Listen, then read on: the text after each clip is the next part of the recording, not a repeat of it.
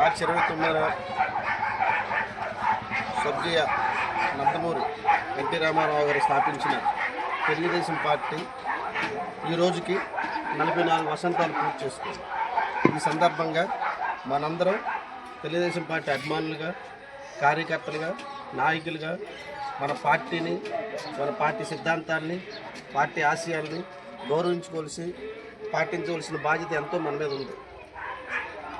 ఈరోజు జాతీయ అధ్యక్షుడు చంద్రబాబు నాయుడు నుంచి, జాతీయ కార్యదర్శి లోకేష్ గారి దగ్గర నుంచి, మన నియోజకవర్గ ఎమ్మెల్యే బేబీనాయుడు గారి దగ్గర నుంచి గ్రామాల వాడల ప్రతి నియోజకవర్గంలో, ప్రతి గ్రామంలో, ప్రతి వార్డులో ఈరోజు జెండా పండుగ 9 రోజులు కార్యక్రమం చేసుకొని 10 గంటలకి చంద్రబాబు నాయుడు గారు లైవ్ టెలికాస్ట్ ఉంటుంది.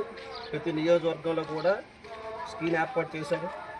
మనందరం కూడా ఇక్కడ మన పార్టీని గౌరవించుకొని జెండా వందనం చేసి అక్కడికి వెళ్ళి మన అధినాయకుల సందేశం వినాలి. తెలుగుదేశం పార్టీ అంటే ఆంధ్రప్రదేశ్కి ముందు వెనక అనేది మనం అందరం గుర్తుంచుకోవాలి. కాంగ్రెస్ పార్టీ అరాచక పాలనలో తెలుగుదేశం పార్టీ తెలుగువాడి ఆత్మగౌరవం కోసం ఉద్భవించింది. అప్పటి నుంచే అభివృద్ధి, సంక్షేమం ఒక 2 కళ్ళుగా ఆ రోజు నాటు చంద్రబాబు 1984లో ఎన్టీఆర్ దగ్గర నుంచి నేడు లోకేష్ గారి దగ్గర కూడా ఆ 2 సిద్ధాంతాలని పాటించి తెలుగుదేశం పార్టీ ముందుకెళ్తుంది.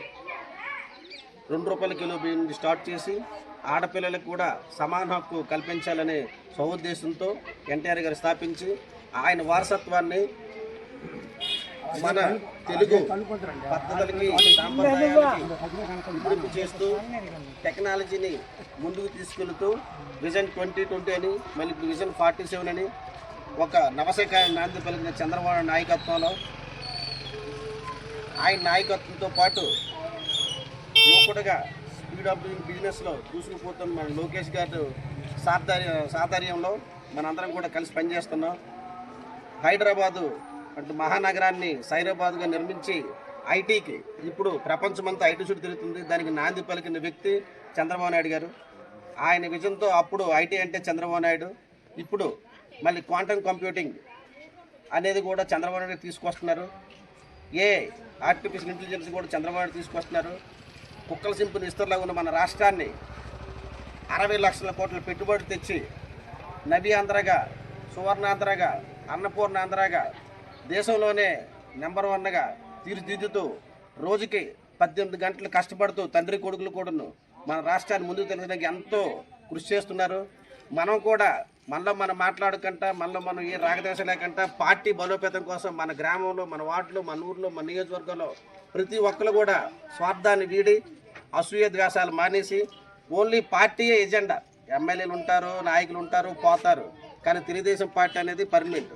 దానికోసం ఇక్కడ కూర్చున్న నాయకులందరూ కూడా 10 మందిలాగా కష్టపడి పనిచేయాలి. మన గ్రామాన్ని అభివృద్ధి చేసుకోవాలి. గవర్నమెంట్ మనది ఉంది, దాన్ని యూటిలైజ్ చేసుకొని ముందుకెళ్లాలని మనస్ఫూర్తిగా వేడుకుంటూ సెలవు తీసుకుంటాం.